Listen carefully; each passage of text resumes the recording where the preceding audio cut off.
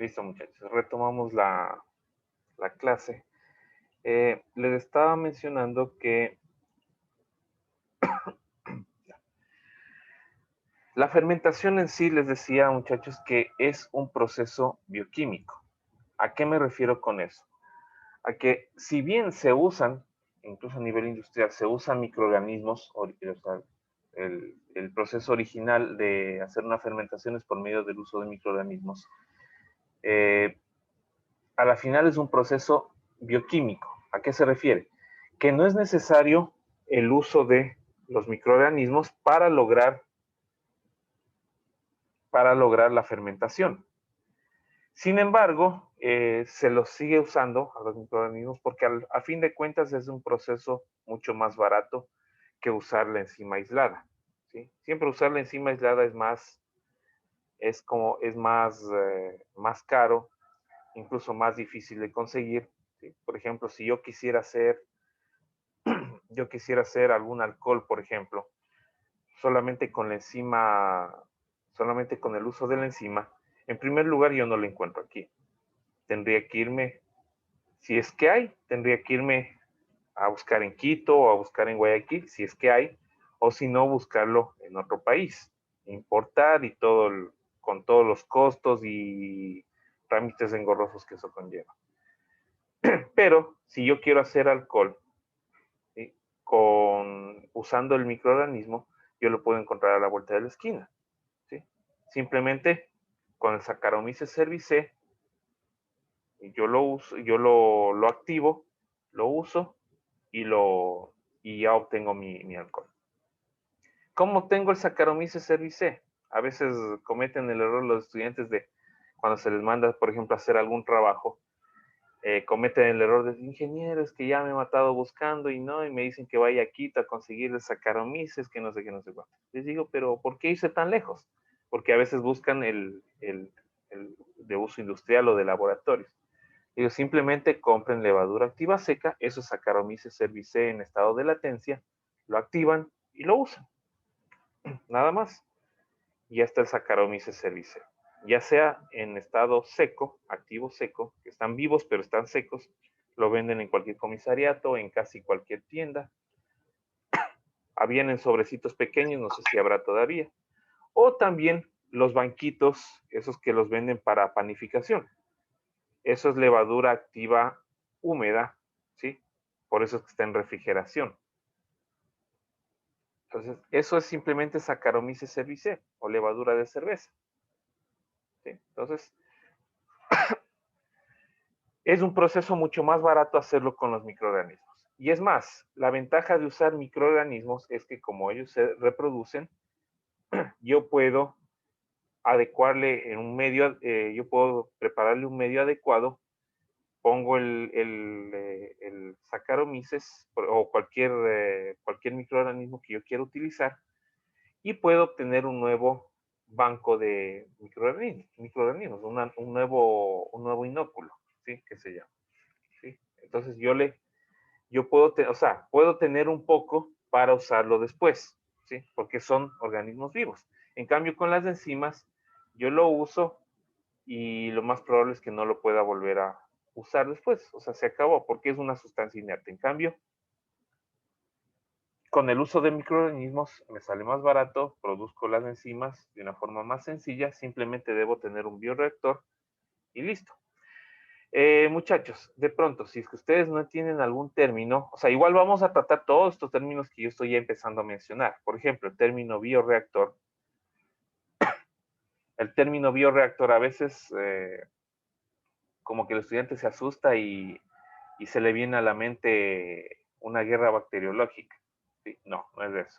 Un bioreactor no es otra cosa que un dispositivo, ¿sí? Un dispositivo, principalmente estamos hablando de un tanque en el que se reúnen las condiciones adecuadas para el desarrollo de un microorganismo. ¿Sí? Generalmente, o sea, un bioreactor no es otra cosa que un recipiente al que se conecta una fuente para mantenerle caliente a temperatura fisiológica, o sea, a más de 30 grados, entre 30 a 36 grados centígrados, ¿sí? Tenerlo tibiecito, calientito, con un agitador, que no es otra cosa que un palito con un eje con unas aspas que va dando la vuelta para mantenerle homogenizada la mezcla y listo. Se le pone agua con la solución nutritiva y listo. Se le pone el inóculo, o sea, los microorganismos se activan y se empiezan a reproducir. Eso es un bioreactor, ¿sí? O sea, no es nada del otro mundo. Y bioreactor lo que hace, o sea, un bioreactor lo que hace es reproducir o sea, producir las bacterias o producir los metabolitos de esas bacterias o cualquier microorganismo, que puede ser levadura o bacteria o cualquiera. ¿Sí? Eso es un bioreactor. Otra palabra que se me estaba escapando que iba a ser... el sustrato. El sustrato.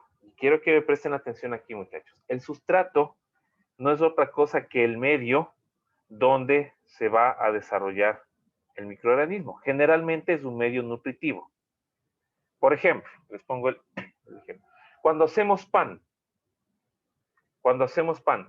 el sustrato es la masa ya preparada. Obviamente en la masa hay el azúcar, está puesto azúcar, justamente el azúcar es para darle comer a las levaduras, ¿sí?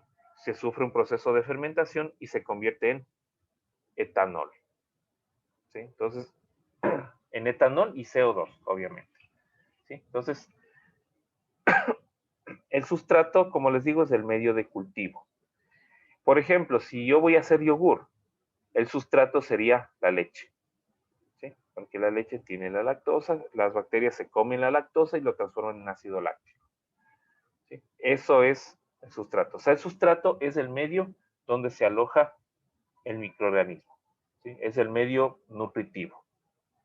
Porque obviamente si es que, por ejemplo, se asienta en la tierra una bacteria, no podemos decir que es un sustrato idóneo, no es un sustrato adecuado, porque no tiene ni los medios, no tiene ni las características, ni los nutrientes necesarios para que la bacteria o el microorganismo general sobreviva. ¿Sí? Entonces, tiene que ser un sustrato, es un medio idóneo para el desarrollo del microorganismo. ¿Sí? Entonces, por ejemplo, cuando hablamos, ya les mencioné cuando hablamos, por ejemplo, de inocular microorganismos para el queso, el sustrato obviamente va a ser la leche y una vez que se ha cuajado la leche, será el queso el sustrato del microorganismo. ¿Sí? Entonces, vean, y aquí van saliendo definiciones que no necesariamente, o sea, ya se las nombra, pero no están plasmadas aquí. Por eso es importante, muchachos, que ustedes tomen nota de todo, como si fuera una clase presencial. No solamente se limiten a reproducir el video simplemente como si fuera un video musical, ¿sí? Sino que como es una clase, tomen nota también como si yo estuviera frente a frente, físicamente hablando con ustedes. ¿Sí? Tomen nota, registren todo lo que les vaya diciendo. O sea, tampoco van a copiar literalmente lo que les digo, sino que van a apuntar las ideas principales, ¿sí? Van a coger nota de las ideas principales de la clase. Listo, entonces, como les dije, es un proceso de naturaleza bioquímica. Normalmente la fermentación tiene lugar en un ambiente anaeróbico. ¿Sí? En un ambiente anaeróbico. Pueden ser bacterias aerobias, ¿sí? Pueden ser bacterias aerobias, pero la fermentación se da de forma anaerobia. ¿Sí? O sea, ¿qué significa? ¿Qué significa cuando yo digo condiciones anaerobias? Sí. ¿Qué significa? Les voy a poner en la pizarra. Aunque el organismo consuma oxígeno, ¿sí? Por ejemplo, una levadura es aerobia, pero aunque el organismo consuma oxígeno, al momento de darse la reacción química de fermentación, ¿sí? Cuando se da la reacción química de fermentación, el oxígeno no ingresa a la reacción química. Por ejemplo, tengo, ya, a ver, C12, H22 o 11. ¿Qué me dice? ¿Qué molécula estoy dibujando ahorita?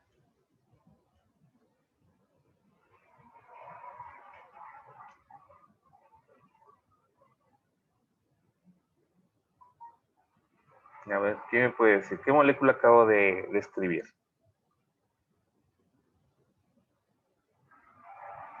La sacarosa. Correcto.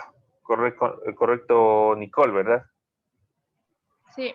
Ya, correcto, Nicole versus correcto. Esta es la sacarosa, ¿sí? Que son dos moléculas de monosacárido. En este caso estamos hablando de una molécula de glucosa y una de fructosa.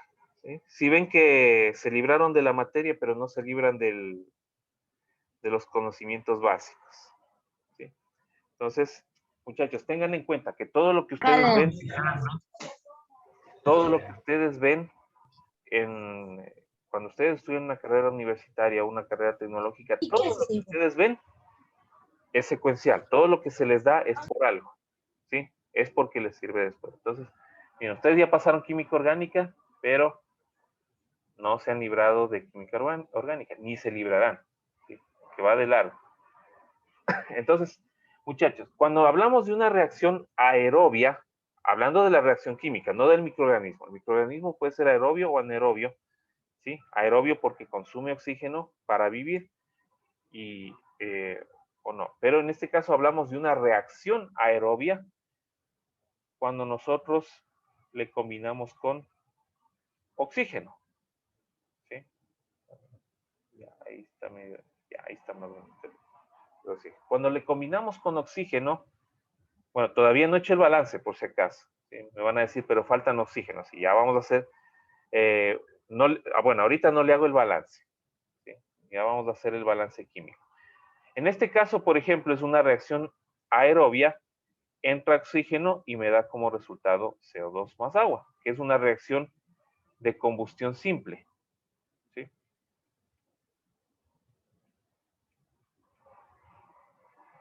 Tenemos una reacción de combustión simple. Y entonces aquí tengo 12, voy a poner el balance. Tengo H11. Ya.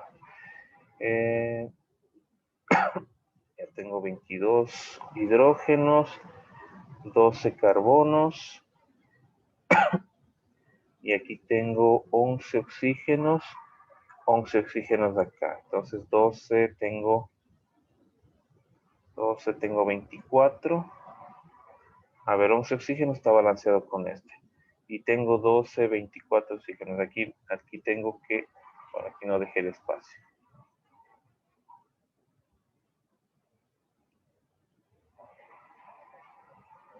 Ya, así está balanceada la ecuación. ¿Sí? Está balanceada la ecuación, C12H22O11 más 2CO2. ¿Sí? Entonces, me da como resultado 12 moléculas de CO2 más 11 moléculas de agua. Listo, entonces, esta es una reacción aerobia. ¿Sí? Pero, ¿qué pasa?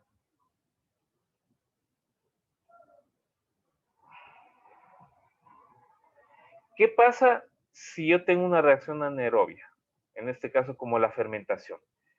En la reacción anaerobia, el oxígeno no entra en la reacción. ¿Sí? ¿Eso qué significa? Que yo tengo simplemente esta molécula de sustrato que corresponde a sacarosa o que puede corresponder a lactosa, ¿sí? Son disacáridos, esta es la fórmula genérica de un disacárido. ¿Sí? Tengo solo esto y me produce otra sustancia orgánica.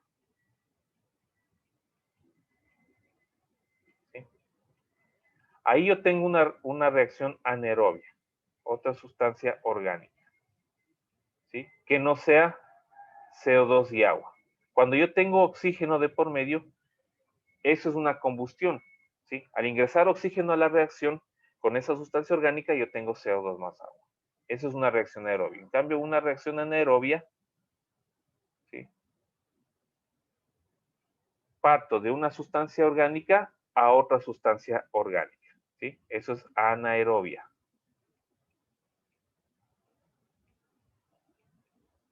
¿Sí? Es una reacción anaerobia porque no entra el oxígeno y por lo tanto no puedo sacar una reacción de combustión, sino otra sustancia. Por ejemplo, cuando yo le someto a las enzimas que produce la levadura de cerveza, Saccharomyces cerevisiae, yo parto de este azúcar y me transforma en etanol, ¿sí? En etanol, que es, no sé si se acuerdan la fórmula, yo creo que sí lo ven porque eso es lo que más se acuerda un estudiante de ingeniería o de tecnología. La fórmula del etanol es CH3, CH2, OH, ¿sí? O bueno, la fórmula resumida que es C2H5, C2H6O. ¿Sí? Así viene a ser la fórmula comprimida o resumida, digamos, si la sintetizada. ¿Sí? La fórmula UPAC de orgánicas, ustedes recuerdan CH3CH2OH. Entonces yo parto de aquí y voy acá. Esa es mi sustancia orgánica. ¿Sí? Si hablamos de fermentación láctica, por ejemplo, yo parto de la lactosa de la leche, ¿sí? Que es la fórmula similar a esta. La lactosa de la leche, Sí. No ha la... dicho que va a cobrar por la lluvia. No voy a cobrar chavo porque la lluvia no dejaba. Ay, pensé que iba a hacer alguna pregunta así. Bueno, entonces cuando yo parto de la lactosa, ¿sí?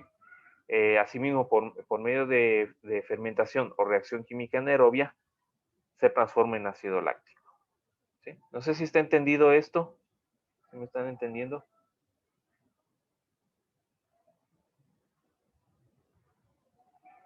Lo de la igualación de la ecuación, eso obviamente no les voy a tomar, porque eso asumo que ya lo pasaron con química orgánica. ¿Sí? Simplemente le hice lo que hice fue solamente cuadrar la ecuación para que quede balanceada. ¿Sí? Pero esa es la idea de la combustión. La combustión o la reacción aerobia, yo meto oxígeno en la reacción y me da CO2 y agua. ¿Sí? Eso es lo que se conoce como combustión. Eso se da normalmente para que sobreviva la célula, cuando tengo las sustancias orgánicas. Pero para producir metabolitos, yo requiero que la reacción sea anaerobia. O sea, el oxígeno no entra, sino que simplemente parto desde la sustancia orgánica y por acción enzimática, ¿sí? Generada por las bacterias o añadida de forma artificial las enzimas, yo parto de la sustancia orgánica y me da otra sustancia orgánica. ¿Sí? Que puede tener la misma conformación, puede ser, no siempre se da, puede tener una conformación, una fórmula sintetizada similar, una fórmula resumida similar, pero no es del mismo compuesto. Al momento de hacer la fórmula UPAC, ya tenemos una nueva conformación, ya vemos que es una fórmula diferente, ¿sí? Pero con la misma cantidad de átomos. O sea, lo que hubo fue una reconfiguración molecular. ¿Sí? ¿Sí está entendido eso?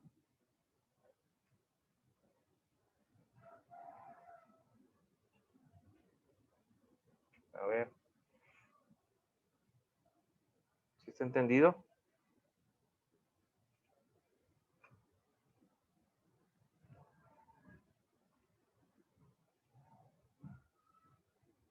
De 18. Sí, ingeniero. Sí, ya, por fin. Listo, listo, Joseph. Ya. Bueno, los demás no se han pronunciado, espero que hayan entendido. Listo. Entonces, muchachos, tengan en cuenta eso. ¿Sí? Tengan en cuenta eso. Vamos a cambiar la pantalla. Listo. Entonces, la fermentación es una transformación o una reacción bioquímica enzimática anaerobia. ¿Sí? O sea, no interviene el oxígeno. Y recuerden que las enzimas, si bien intervienen en la reacción, al ser catalizadores, no forman parte del nuevo compuesto. O sea, facilitan una reacción química, aceleran la reacción química, pero nunca forman parte de la nueva sustancia, sino que simplemente se retira una vez que han cumplido con su trabajo. Es lo mismo que sucede con el queso. Cuando cuando le ponemos el cuajo, se cuaja la leche, se precipita, la proteína se denatura, se precipita, se vuelve insoluble, se retira y la renina se queda en el suero, ¿sí? En su mayor parte. Claro que se va un poco en la caseína, pero la mayor parte de la renina se queda en el suero, ¿sí? O sea, interviene en la reacción, pero no forma parte del nuevo compuesto.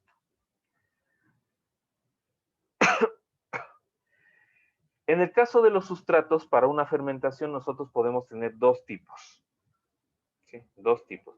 Los sustratos sólidos o los sustratos líquidos.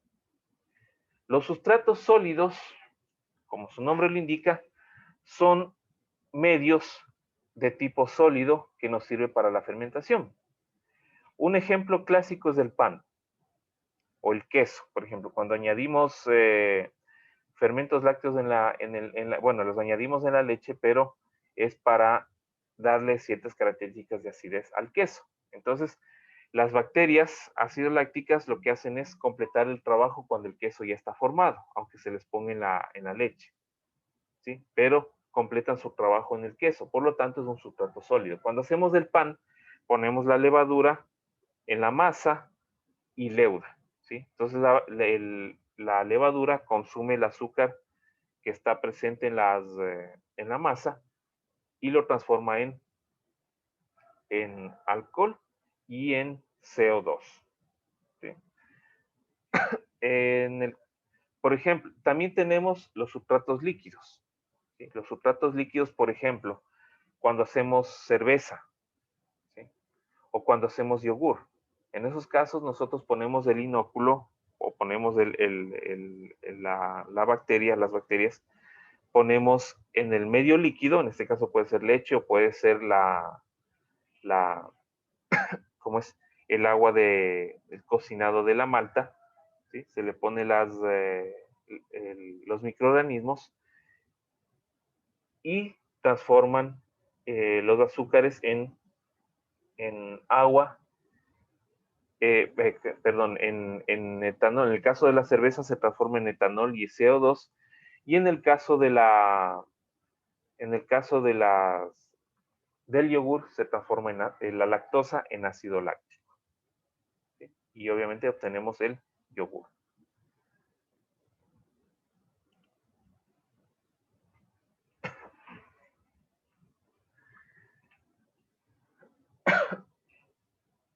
Listo. Aquí tenemos los tipos de fermentación que hay. Normalmente los autores también discrepan en ese sentido. Algunos ponen solamente 3, otros ponen solamente 4 y otros ponen 6. ¿Sí? Entonces, les he puesto los 6, revisando la bibliografía, les he puesto los 6 tipos de fermentación que hay. De estos, los 3 primeros son los más conocidos en nuestro medio. ¿Sí? Entonces tenemos primerito la fermentación alcohólica, que no es otra cosa que el paso desde un sustrato, ¿sí? Desde un azúcar y obtenemos como producto final etanol, ¿sí? O alcohol etílico, que es lo mismo. La fermentación láctica es la que parte, asimismo, de azúcares y tenemos como producto el ácido láctico, ¿sí? Por ejemplo, el yogur. La fermentación acética, como su nombre lo indica, tenemos como producto el ácido acético. Puede ser una fermentación acética, no aséptica, es acética directa, ¿sí? O indirecta. Generalmente para producir vinagre, el ácido acético es el vinagre, que comúnmente lo conocemos. Para producir vinagre, primero pasamos por una fermentación alcohólica. ¿Sí? Primero pasamos por una fermentación alcohólica y de ahí pasamos por una segunda fase que es la fermentación acética. También se puede lograr una fermentación acética directa, pero más se utiliza la fermentación alcohólica y de ahí la fermentación acética. ¿Sí? No sé si ustedes han han hecho la prueba cuando se deja mucho tiempo, por ejemplo, haciendo un vino, cuando deja mucho tiempo haciendo un vino, ya sea a propósito o de forma accidental, a veces se olvidan, o a veces adrede también, lo que hacen es, a veces hay, bueno, se produce el vino, pero se deja ya mucho tiempo que los alcoholes ya sean,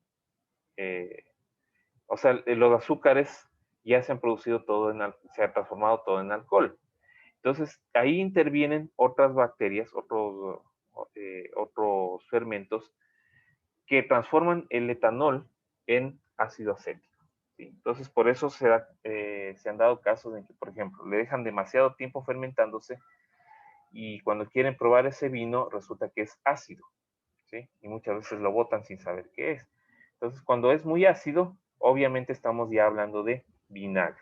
O sea, tienen vinagre ya preparado de forma accidental o intencional. La fermentación maloláctica, ¿sí? La fermentación maloláctica no es otra cosa que una fermentación, es una fermentación acética, ¿sí? Una fermentación, perdón, es una fermentación, se me fue, ácido láctico, perdón, sí, casi me confundo y casi les digo acético. Es una fermentación láctica, ¿sí? O sea, producen el ácido málico, esto se da generalmente en los vinos. En el vino, aparte del etanol, también hay ácido málico. Entonces, el ácido málico, por acción bacteriana, por acción de fermentos, así mismo bacteriana, se transforma en ácido láctico. ¿Sí? Generalmente eso le resta un poco de acidez a los vinos. ¿Sí? Le resta un poco de acidez porque el ácido málico es un ácido más fuerte que el ácido láctico. O sea, el ácido láctico es más débil. Entonces, por eso puede ser el causante de la pérdida de acidez de los vinos. ¿Sí? Puede ser bueno, puede ser malo, pero generalmente el hecho de que se transforme en ácido láctico el ácido málico no es tan bien visto porque se requiere que el vino tenga cierto grado de acidez. ¿Sí?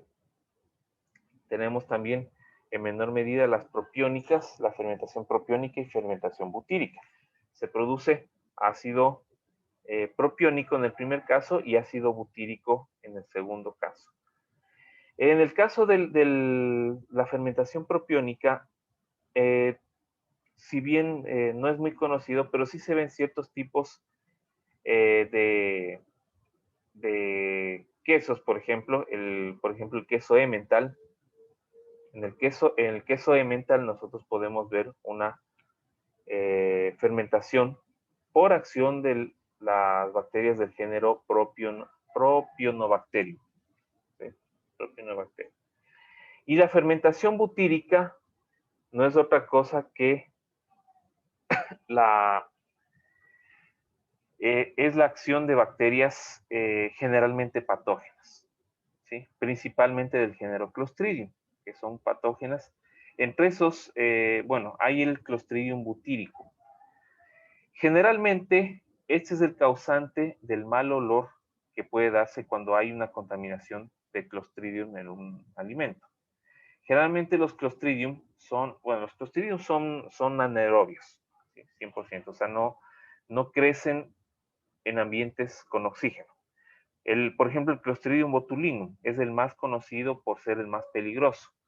El Clostridium botulinum normalmente crece perfectamente en alimentos enlatados que han sido mal esterilizados, ¿sí? O mal sellados. Afortunadamente ya eso se ve muy poco, ¿sí? Se ve muy poco la contaminación por Clostridium botulinum porque ha mejorado mucho los sistemas de esterilización. ¿Sí? O sea, ahora con lo que hay BPMs, HACCP, se analizan esos puntos críticos y se presta mayor atención, en el caso de enlatados, se presta mayor atención al área de esterilizado. Entonces, obviamente, ya consumir un enlatado ahora es mucho más seguro que consumirlo hace 50 años, por ejemplo. ¿sí? Es mucho más seguro. Cuando hablamos de Clostridium butyricum, ¿sí? Al consumir las proteínas, al consumir los nutrientes del alimento, generan el ácido butírico que le da un toque rancio, digamos así, al alimento. Generalmente, afortunadamente, mejor dicho, afortunadamente, cuando tenemos nosotros esa presencia de ese Clostridium, también es indicador de que ahí están presentes otras bacterias del género Clostridium, ¿sí? Entonces, eso es un buen indicador hasta cierto punto de que la comida ya no sirve y tenemos que botarla. ¿Por qué? Porque muchas veces las bacterias no generan, no todas las bacterias patógenas generan olores o sabores raros, ¿sí? O sea, muchas veces no alteran. El Clostridium botulinum, por ejemplo, no altera las características organolépticas del producto. O sea, el olor, el sabor, no los altera, ni el color. Simplemente genera la toxina y uno ni siquiera se da cuenta que está ahí. Come algo y dice, no sé qué me hizo mal, estaba bueno. Yo comí tal cosa y estaba bueno, no sabía raro, ¿sí? Pero no necesariamente tiene que saber o oler raro para saber que ahí está contaminado ese alimento. Ciertos tipos de bacterias patógenas pueden generar olores y sabores raros, pueden alterar las características organolépticas. Afortunadamente, muchas veces hay bacterias oportunistas que ven que está está atacando una bacteria, también se juntan para comer, digamos así, las sobras.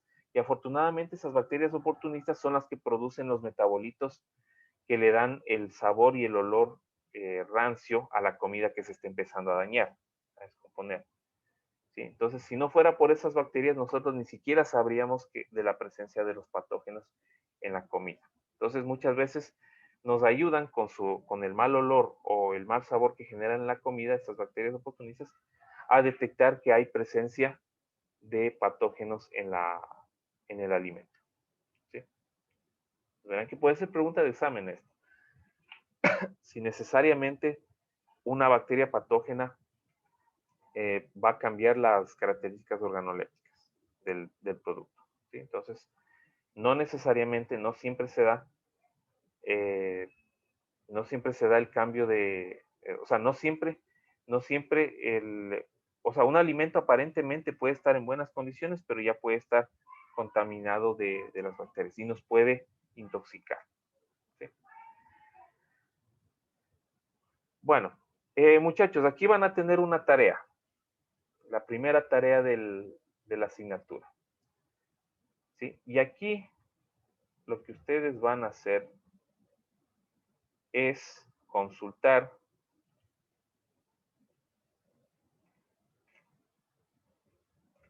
voy a ponerles la tarea.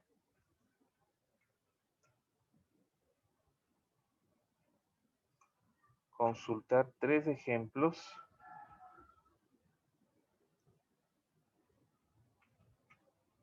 de fermentación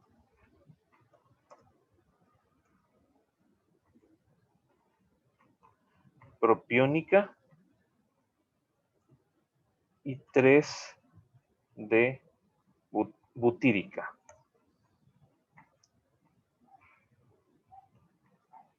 Ya, esta es la tarea, muchachos. Consultar 3 ejemplos de fermentación propiónica y 3 de fermentación butírica en los alimentos. ¿Sí? Solamente consultar. Pero, muchachos, por lo que más quiera, no se vayan a olvidar de la bibliografía. ¿Sí? No debería decirles esto, pero si ustedes no ponen la bibliografía, están cayendo en plagio. Eso se supone que ya deberían haberlo sabido desde el colegio. Hasta donde yo me acuerdo, en el colegio a mí me enseñaron que la bibliografía tiene que ir en todo trabajo, al final. Entonces, por favor, muchachos, si ustedes no ponen la bibliografía, son 3 puntos menos que yo le bajo al trabajo. independientemente de cómo está. Si ustedes sacan 8, su nota será de 5 si se olvidan la bibliografía. Si ustedes sacan 10, tendrán 7, ¿sí? Yo les bajo 3 puntos de la bibliografía por no poner bibliografía adecuadamente hablando, ¿sí? Porque es importante que ustedes pongan, tienen que acostumbrarse. Nadie tiene que decirles. A veces los de cuarto, los de quinto me dicen, que ingenieros, que usted nos dijo, no nos dijo que hay que poner bibliografía. No les dije porque no tengo que decirles, ¿sí? La bibliografía se pone, quieran o no, en todo trabajo, en toda tarea. Entonces, muchachos, por favor, no se vayan a olvidar de la bibliografía, ¿sí? Caso contrario, Ingeniero, dígame. pero hay algunas páginas saltos. Sí, Saltos. Hay algunas páginas. Saltos, Navarrete. su Navarrete, nombre. ingeniero. Alina. Alina, ya, listo, Alina. Pero hay algunas páginas que no tienen bibliografía. ¿Estás segura? ¿Cómo haríamos ahí? A ver, No son seguras. ¿han escuchado las normas APA? ¿Se han escuchado las normas APA, muchachos? ¿Verdad? Sí, ingeniero. Ya, las normas APA no es otra cosa que un formato que lo estableció la Asociación Norteamericana de Psicología. Es un formato. Entonces, ellos tienen un formato para este tipo de páginas, donde, por ejemplo, por alguna razón ustedes no saben quién es el autor, se puede poner. ¿Qué pasa si es que no tienen el autor? Ustedes pueden poner la institución a la que representa esa página o, por último, el nombre de la página. Por ejemplo, si la página dice vivesano.com, entonces le ponen vivesano, ¿sí? Si es que no tiene el autor. O si es que es, por ejemplo, una página de la FAO y no dice el nombre del autor, ustedes le ponen el nombre de la institución. Como es Organización de las Naciones Unidas, el nombre completo, ¿no? Organización de las Naciones Unidas para la Alimentación y la Agricultura. No, ¿cómo es? Para la alimentación y la... para la alimentación y la agricultura, la FAO. ¿Sí? Entonces, o sea, si es que no hay el nombre del autor, le ponen el nombre de la institución, ¿sí? Y por último, el nombre de la página. Por ejemplo, si dice, ¿cómo es? Noticiaveraz.com, ponen fuente Noticia Veraz, ¿sí? Esa es la forma, pero tienen que citar a algún autor, o sea, alguien tuvo que hacer eso, ¿sí? Alguien tuvo que hacer eso. O incluso se dan casos en que el reportaje del artículo dice tomado de tal página. Entonces ustedes pueden ir a la página original y poner el nombre del autor y la página original del reportaje, ¿sí? Porque a veces hay páginas que simplemente copian y